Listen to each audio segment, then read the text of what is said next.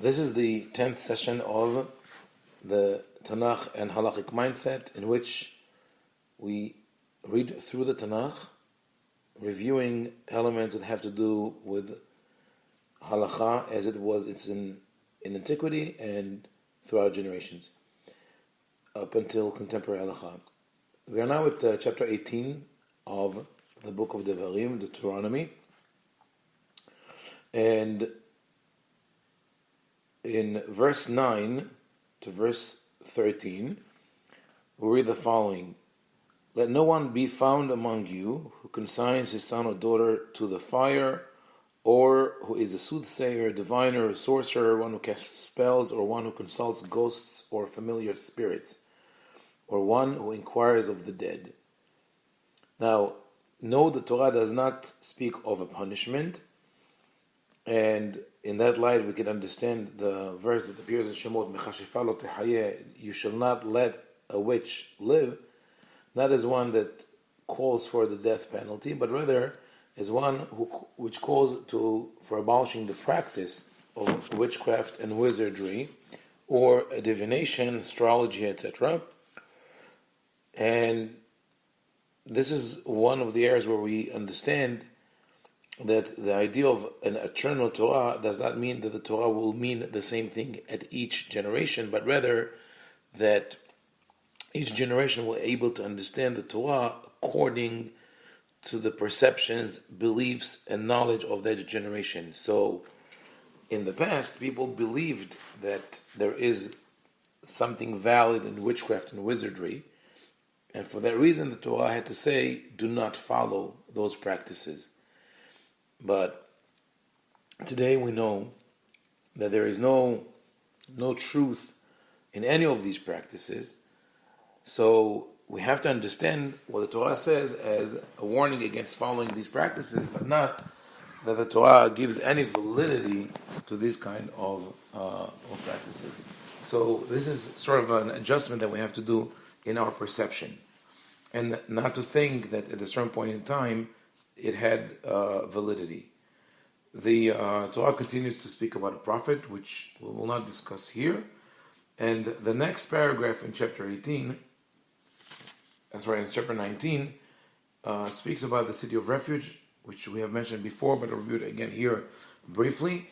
The idea of the city of refuge is again an example of the Torah talking to a specific generation, and with the knowledge that this will not be valid in the future. The idea of the city of refuge is if someone killed another person accidentally, that the killer could run away to the city of refuge and ask for protection. It's an asylum. Now, if he doesn't do that, a relative of the victim is allowed to chase him and kill him. Now, this today seems completely primitive and illogical.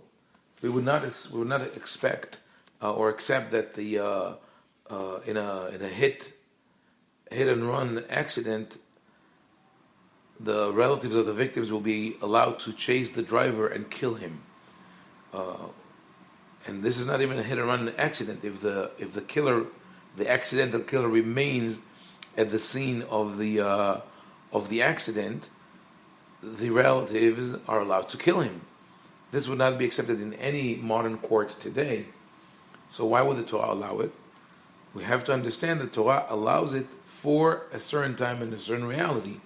A reality where people used to do it. That was the common practice, the blood vengeance, taking the law into one's hands to guarantee that there will be no deliberate killings. So what the Torah achieves by that is regulation of the existing practice by saying, as if acknowledging, like God knows that if He tells people not to do it, they will not obey. So instead of telling them, you're not allowed to take the law into your hands and kill the accidental killer or any killer, He says, you have the option to do it unless the killer arrives at a city of refuge.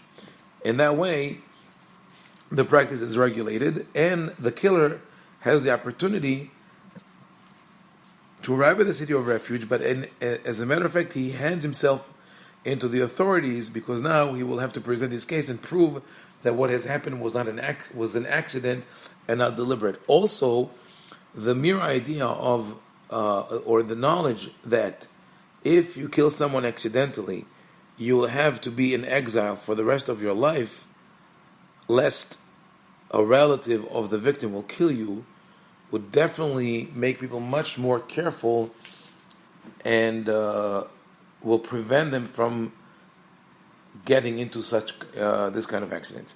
So this is in a chapter 19 up to verse 13.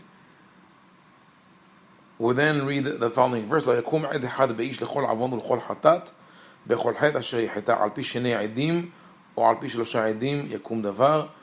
A single witness may not validate against a person any guilt or blame for any offense. You have to have two witnesses. Now, the Torah speaks in the masculine, and the rabbis in the Talmud made the statement that only male witnesses could serve as witnesses, and not women. This is an interesting concept, because we have to assume that if there be a case of a crime such as murder or something like that, and there are only women as witnesses, the murder will be dismissed, even though we know that they were witnesses and that they saw the act of crime. He will be dismissed because the witnesses are women, and this is hard to accept. We will discuss it more when we get to the Torah Shebe'al Peh, to the oral law. There is, according to Professor Kahana of Hebrew University, there are versions in the Midrashim which indicate that according to some opinions of Midrashim, women can serve as witnesses, which makes perfect sense. And then the question will be whether the exclusion of women from being witnesses is a biblical law, or it's a midrashic interpretation, midrash halakha, not midrash agada, midrash halakha interpretation of the verses, and those who believe that women are qualified as witnesses were voted out as the minority, and then eventually their opinion was expunged from the text. But this will be discussed more in length when we get to the oral law. According to the pshat of the pasuk, according to the literal meaning of the text, there is no indication that women are excluded, because the masculine is the default option of the Hebrew language. Further, we read that in case of physical injury, you must not show pity, life for life, eye for eye, tooth for tooth, hand for hand, foot for foot. So here again, we see in the Talmudic interpretation, the final conclusion was that an eye for an eye is monetary damage and not monetary punishment and not physical punishment.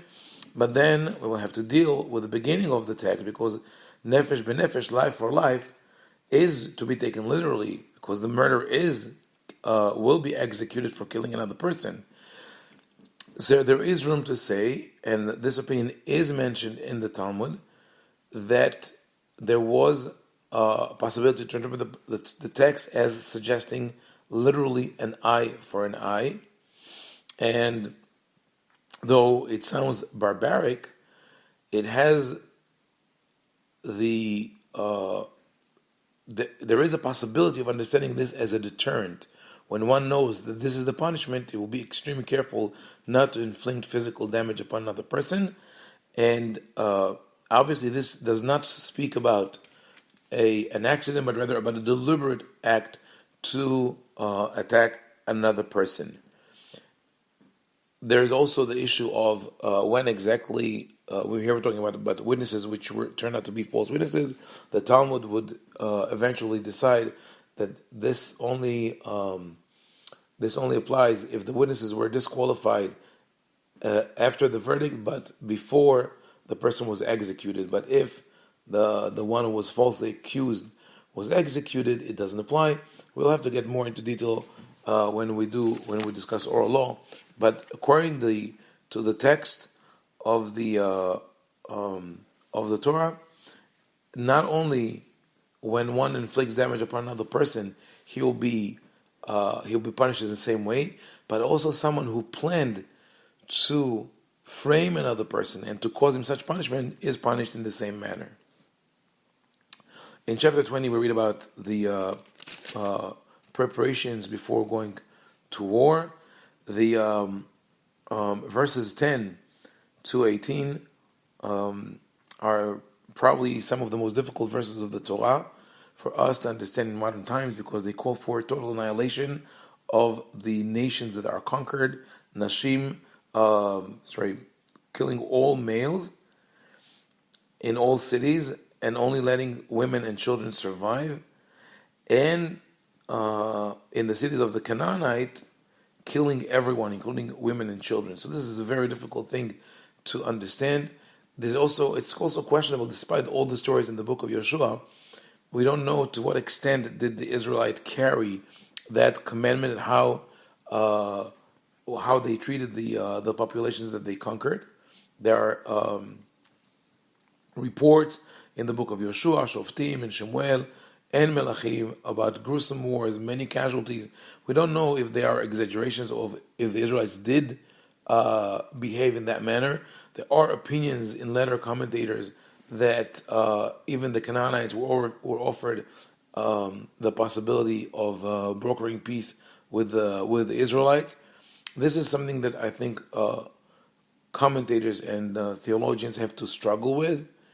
The only possible explanation for me personally, and in this commandment as well, is in the commandment to annihilate Amalek, is that it is a sort of a concept of the greater good, because the establishment of monotheism and the rejection of paganism was important to prevent humanity from deteriorating into continuous bloodshed and destruction. And we do see that eventually Judaism matured out of that mode of violence and destruction.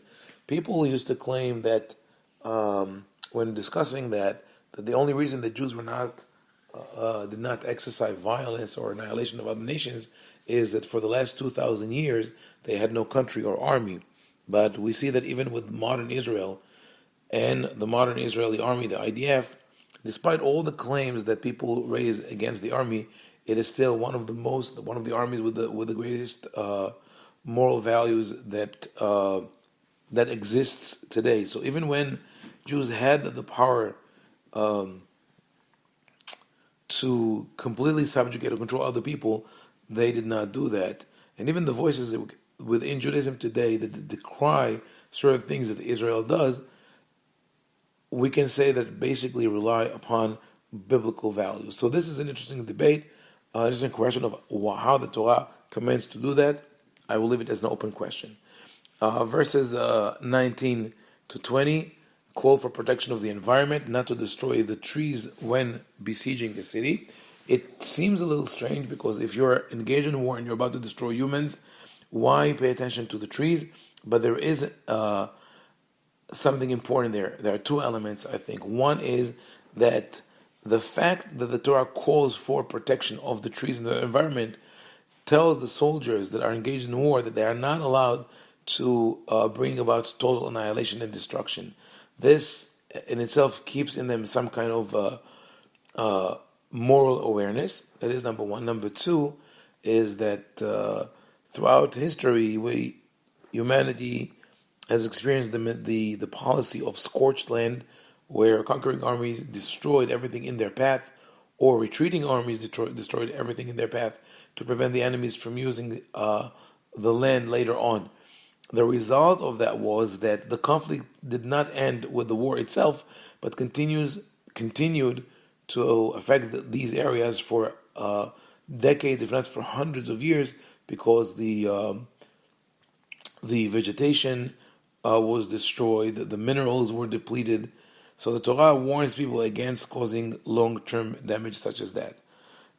Finally, in Parashat Shoftim, in chapter 21, we find this very strange ritual of the what is called the Egla Arufa, the slaughtering of a heifer in the valley, on a river. That is when when a corpse is found, someone who was killed, and we do not know who the killer was.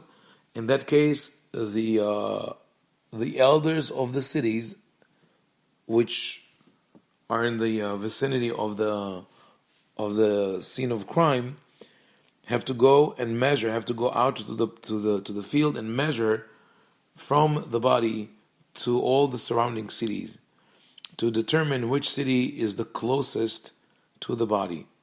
Once that has been determined, the elders of that city bring a young heifer to a river, a river that never dries, and they have to slaughter the heifer over the water, wash their hands, and say, our hands did not spill that blood, and our eyes did not see it. At first sight, it seems like a pagan ritual, maybe a ritual that is meant to appease the soul of the deceased, of the victim, that finds no solace because he was killed in such a terrible way. But a deeper look into that, I think, teaches us that what the Torah wants us to know, that we cannot dismiss any act of violence as a necessity of life. This is something that is especially important in modern life, when we are flooded with news from all over the world, and we, in a sense, we became desensitized to what is happening, because we hear constantly about killings and accidents and floods and natural disaster, etc., etc.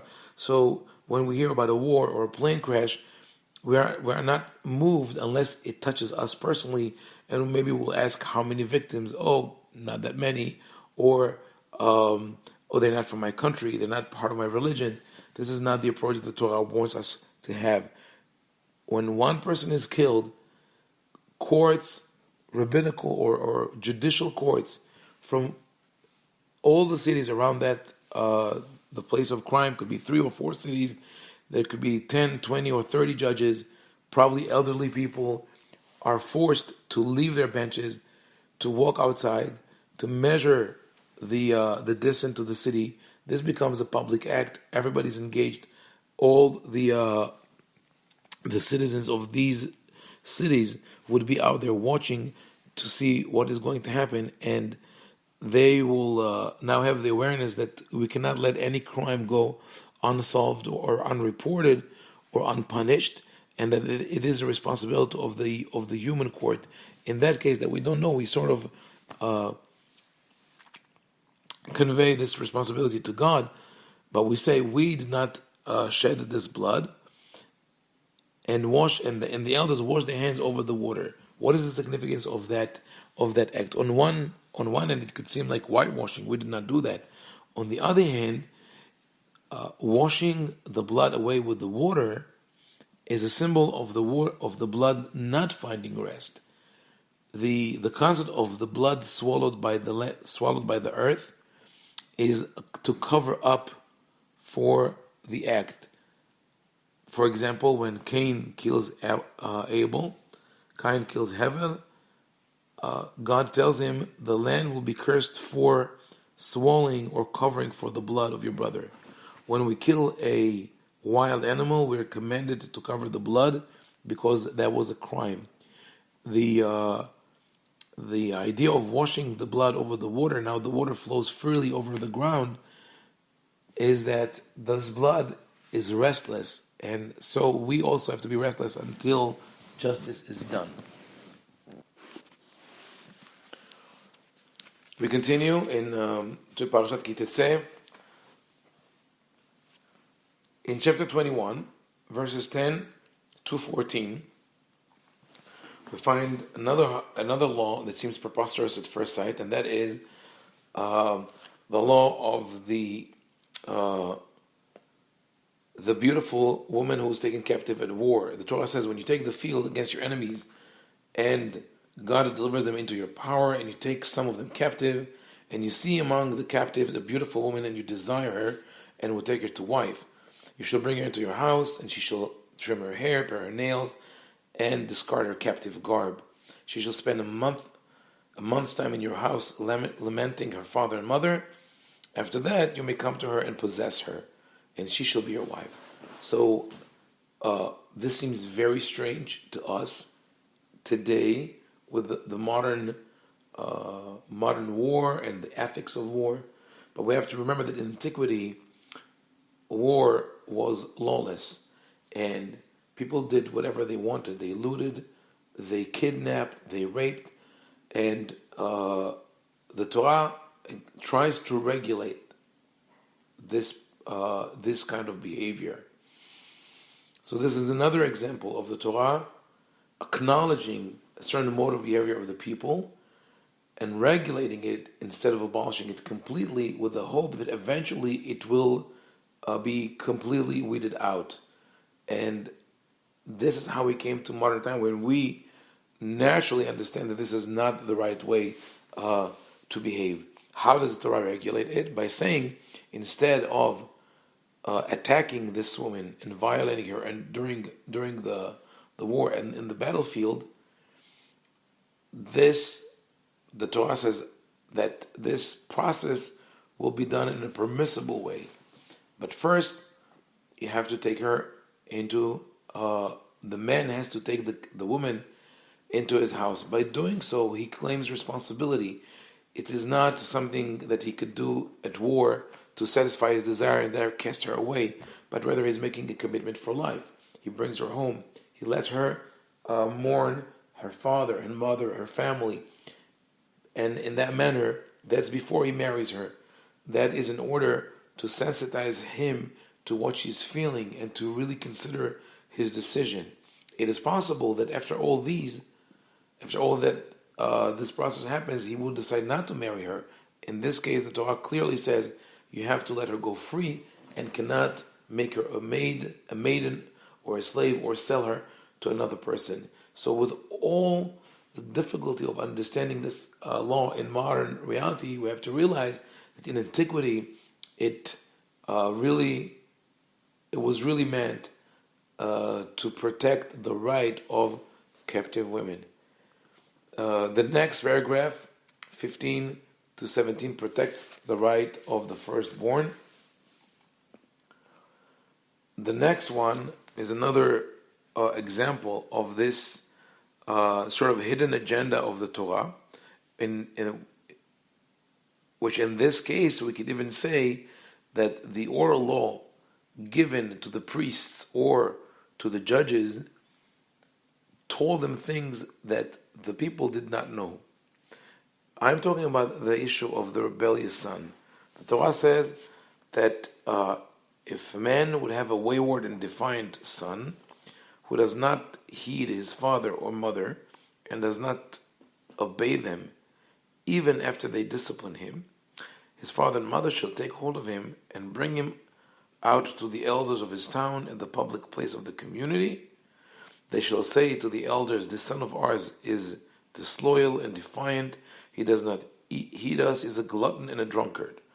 And then, upon that, he will be stoned to death. This is a scary story. It is hard to understand how the Torah would sanction such a thing. And here is an interpretation that I have heard from, in the name of Rabbi Suleiman Sassoon, that really opens the door to understanding the concept of the eternity of the Torah in a completely different light. As I mentioned before, the Torah is eternal and unchanged, not in the sense that all of its laws will be kept exactly the same at all generations, but rather that each generation understands it in a way that is perfect for that generation, and hopefully will pave the way for the next one to be at a higher moral and ethical status. So some things would not change; we keep them today, but others that had to do with social norms have changed, such as the accidental killer and the blood vengeance, etc. So here we should ask ourselves, when we read the story and we hear of the parents who bring their child to be executed by court, we should ask ourselves this question: what kind of parents will bring their child to court to be executed for being disobedient, disloyal, a drunkard, and a glutton. No matter what the child does, the parents will always love him. And for parents to demand capital punishment for their son, they have to be extremely cruel people. Now, let us assume that this option did not exist for them, that they will not be able to bring their child to court. Most probably, they would have abused this child physically. And even today, we hear once in a while of tragic cases of parents who physically attack their children, and even cases of murder that are really heartbreaking. On the other hand, we have a problem of when there is something that looks like domestic violence, that child protection agencies swoop on the family and take the children away. In one case that I'm familiar with, a young couple left their baby with the maid or with the babysitter who was not certified, and the baby fell, broke her arm.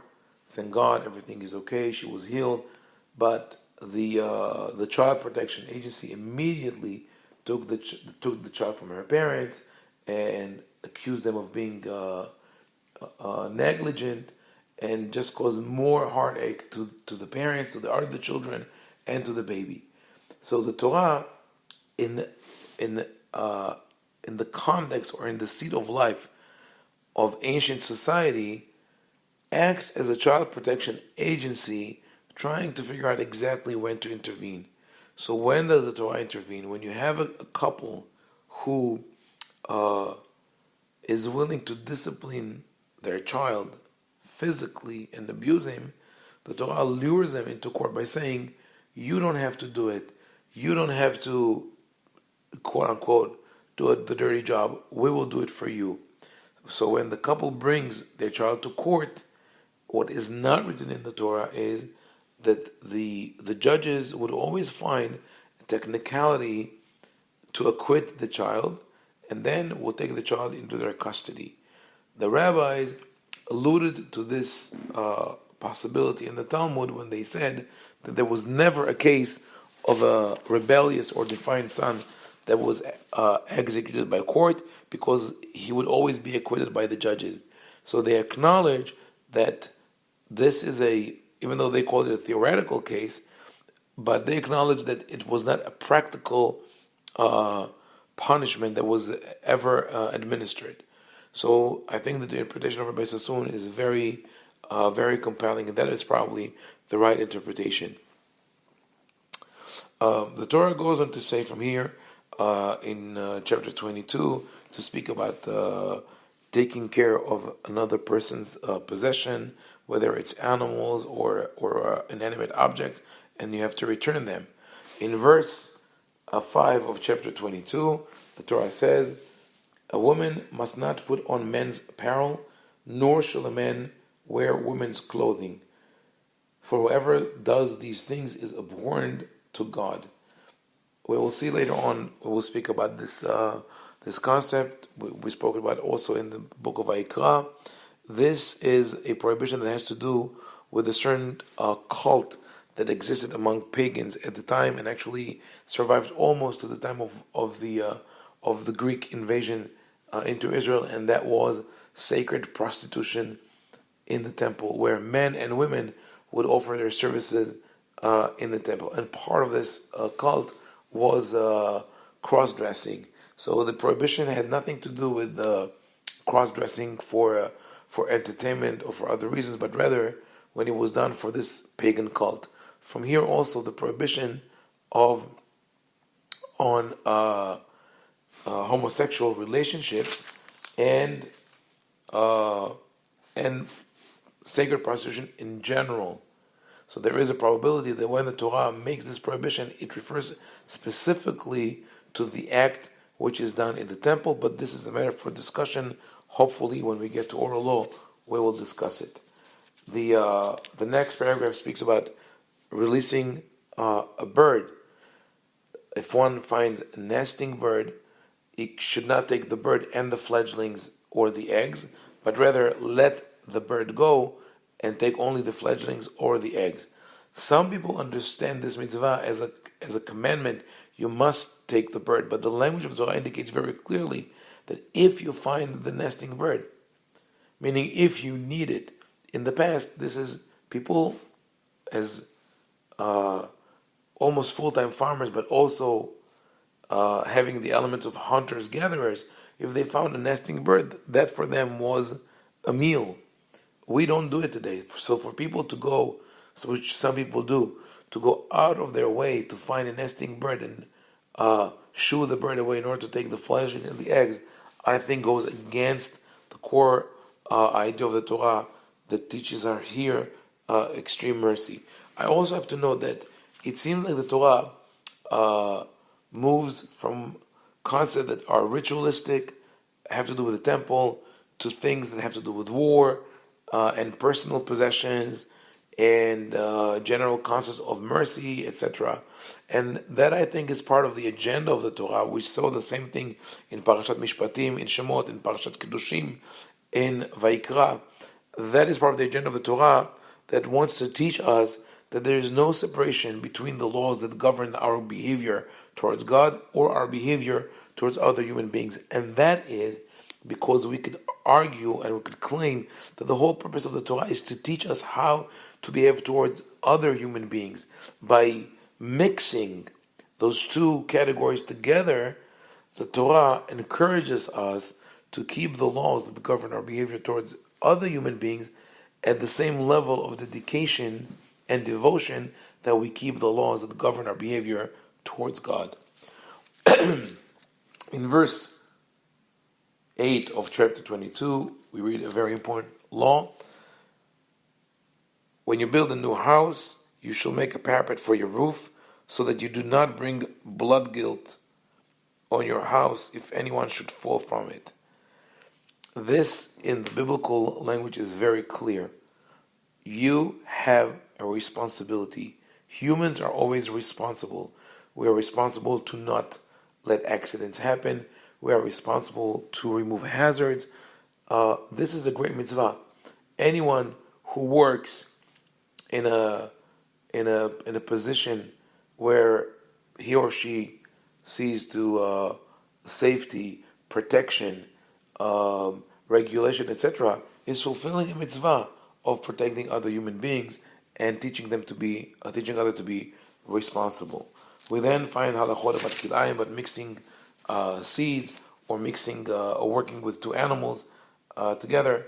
Those are things that we're not fully sure why they're forbidden. Maybe they had to do with pagan rituals. Then we find the following concept in verses 13 to 19. It speaks about a man who was married and claims that his wife was not a virgin, and then he has to present the evidence to the elders of the city. If what he says was true, this woman will be stoned to death. It's a very strange and it seems to be a cruel law. And here again, we have to say, I believe, that this was done for the protection of the woman, because in antiquity, if a man suspected his wife, his newly wed wife, to not have been loyal to him and that she was not a virgin, he himself would inflict punishment upon her by saying that he could take it to the community or the judges, the rabbis, whoever it was instructed to save the woman from the husband. That is, I think, the one way possible to understand this halakha. Later on, he speaks about a man who entices a young girl who is engaged or not engaged, and the Torah equates this kind of violation to murder, which is an important thing to remember, because even today, even in modern courts, there is sometimes a failure to understand that a sexual attack on a woman is tantamount to murder, and rapists or attackers are not judged with the proper severity. In many cases, the courts blame the woman for being a temptress or creating the atmosphere in which she has been attacked, and this is not the right way. This is not what the Torah says. Finally, we find here in chapter 22 that if a man slept with a non-married woman, he has to marry her, and he can never divorce her. This seems cruel towards the woman. Why should she live with that man? And the answer is that she's not obligated to be with him. If she wants to be free, or she doesn't want to marry him, she doesn't have to. But in order to prevent him from taking advantage of her and then casting her away, he knows, as again is an example of the deterrent the Torah creates.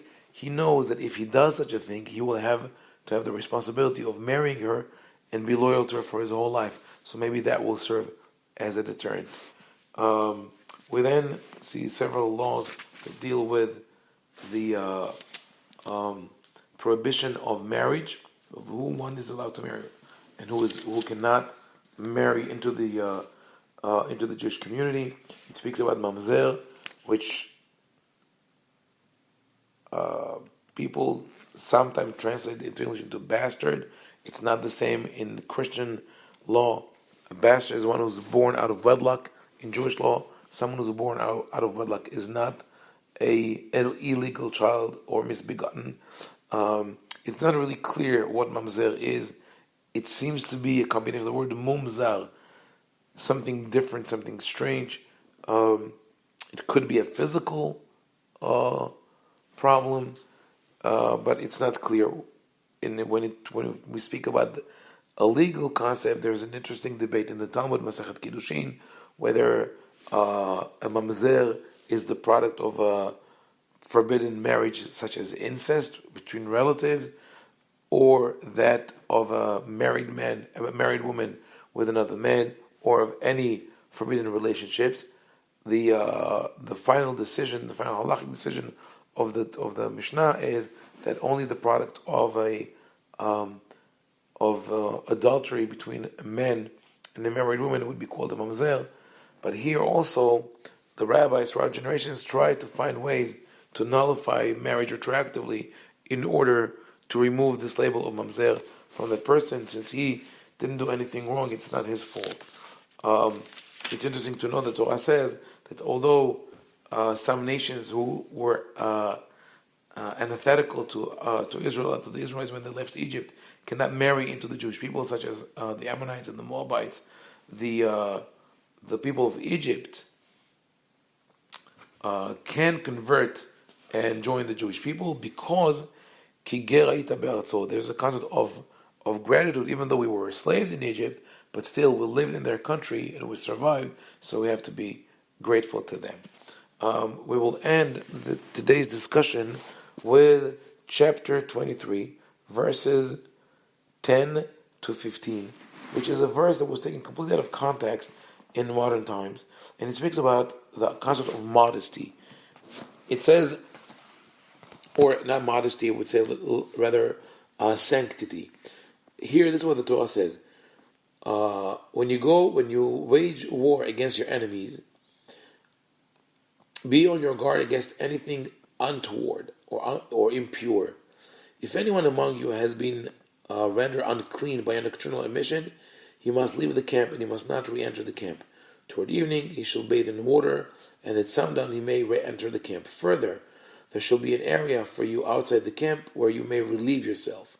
With your gear you shall have a spike, and when you have squatted you shall dig a hole with it and cover up your excrement. Since God moves about in your camp to protect you and to deliver your enemies to you, let your camp be holy. Let him not find anything unholy or unseemly among you and turn away from you. The way this verse was taken out of context in modern times is that the words of V'haya machanecha kadosh, your camp should be holy, or should not be unseemly. They took that to say that women should dress modestly, and you can see it all over Haredi neighborhoods in Israel, in America, the signs of Haim Ovadia Kadosh, calling on women to walk on one side of the street or to dress modestly. There's nothing of it in the Torah. The Torah speaks about a military campaign. There are no women there. It's about two things. One is nocturnal emission, which seems to suggest that Torah wants people in the battlefield to avoid sexual relationships, because the nocturnal emission could be an accident, or it could also be the result of sexual relationships. Just as we saw at the beginning of the parasha, that the Torah says that if one finds a beautiful captive woman, should bring her home in order to put that man into a certain perception of responsibility and long-term commitment. So the Torah tries to prevent soldiers in the battlefield from engaging in sexual activity, both for the protection of the civilian population, and also to prevent their ethical